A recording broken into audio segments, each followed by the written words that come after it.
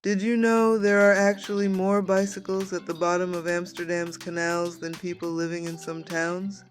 In this video, we're exploring Amsterdam, Zaanse Schans, and Brussels in a power wheelchair to see how accessible Europe really is. On Tuesday, July 7th, my family and I packed our excitement and headed to Chicago O'Hare. To give me complete mobility and freedom on this trip, my parents ordered a lightweight power chair. After an 8-hour transatlantic flight, we landed at London Heathrow. It was insanely crowded.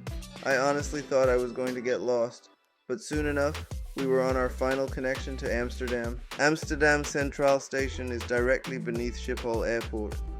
We took an elevator one floor straight down to the platform and caught a train to Hoofddorp, where we stayed at the Novotel. We headed into the city for dinner at Lootje, eating salmon and fries right on the river. The crazy part? Dutch daylight lasts until 10:30 p.m. Having an accessible hotel with breakfast included made our mornings super smooth. Zero stress, just straight out to explore. Did you know Amsterdam has more bikes than people? We took the free ferry across the IJ River to Adam Lookout for epic skyline views and a thrilling VR coaster. Next we tried This is Holland, a 5D flight ride similar to Flyover Chicago. Real wind, water mists, and the scent of tulips made it feel real. The graphics were filmed over 30 days using drones and helicopters. We booked Blue Boat for their awesome wheelchair hydraulic lift, gliding down the river past beautiful 1800s canal houses, NEMO, and historic ships. Cruising the canals was totally seamless. The Blue Boat cruise had an elevator lift right on board for full wheelchair accessibility. We ended at de Hollandse Tulp, trying Bitterballen, herring, chicken satay, and poffertjes, my very first time having most of these. On Friday, we set off for Zaanse Schans, famous for its working windmills. We thought we had to take a 40-minute bus, but a helpful station officer told us about a 20-minute train that was far easier with my power chair. On our windmill boat tour, the captain shared amazing history. One windmill was built in 1622 to saw timber, and another ground cinnamon. Did you know the paper for the U.S. Declaration of Independence came from these exact windmills? We also learned green paint on 1700s houses symbolized wealth. After grabbing Bitterballen at a local spot, we headed back to Amsterdam via train for a delicious dinner at Wagamama. On Saturday, it was my birthday. At Artis, we checked out Micropia, the world's only microbe museum, where I got up close with a giant tardigrade. These microscopic extremophiles can survive pretty much anything, even outer space.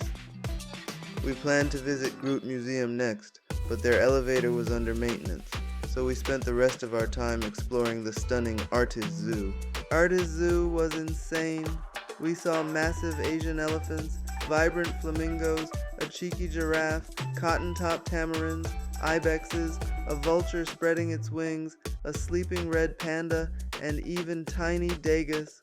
Artis Zoo and Micropia are 100% wheelchair friendly, smooth paths, wide ramps, and elevators to every exhibit. After a full day at the zoo, we crossed the street to Café Coussier for a well-deserved dinner. For day 5, we took an epic day trip across the border all the way to Belgium. Heading across the border to Belgium was a breeze. High-speed trains with entrance and exit ramps made boarding completely step-free. 2 hours later, we touched down in Brussels, Belgium. The next mission was simple. Find authentic Belgian fries and waffles before my stomach completely revolted. Belgian fries are double fried, samurai sauce is elite, and this waffle completely stole my soul. After grabbing some souvenirs, we headed into Grand Place, a massive sandstone center from the 1100s. But then, disaster struck. We had zero internet. No Google Maps, no Wi-Fi, just vibes and asking strangers for directions. My mom thought the famous urinating boy, Mannequin Piss, was going to be this giant, majestic monument. Nope. It's a 22-inch statue on a street corner. Next stop, Choco Story. And huge shout out to this place.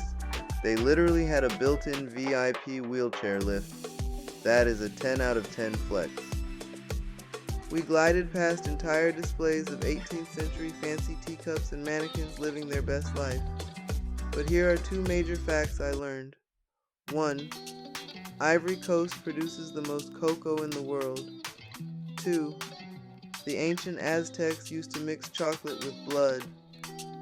Suddenly Hershey's doesn't sound so bad.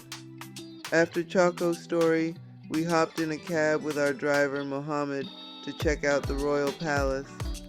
We drove straight through Brussels' central business district, glass skyscrapers left and right.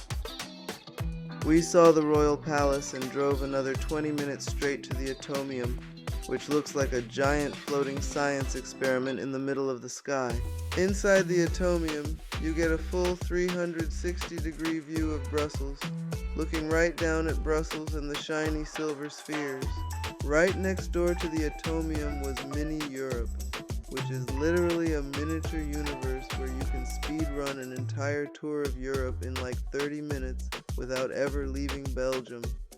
Look at these models. We saw the Grand Place in Belgium, checked out Longleat House in the UK, walked past the colourful waterfront of Nijhaven in Denmark, scoped out the Bull Ring in Spain, and crossed over the Château de Chenonceau in France. And then Mount Vesuvius in Italy erupted. Pure mini chaos. We wrapped up with the Eiffel Tower, Centre Pompidou, and the Arc de Triomphe back in France. 10 out of 10 continent speedrun.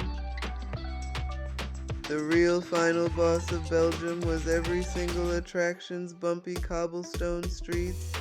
They were putting my power chair and my spine through a full body workout. We hopped on the Eurostar back to Amsterdam to collapse for the night.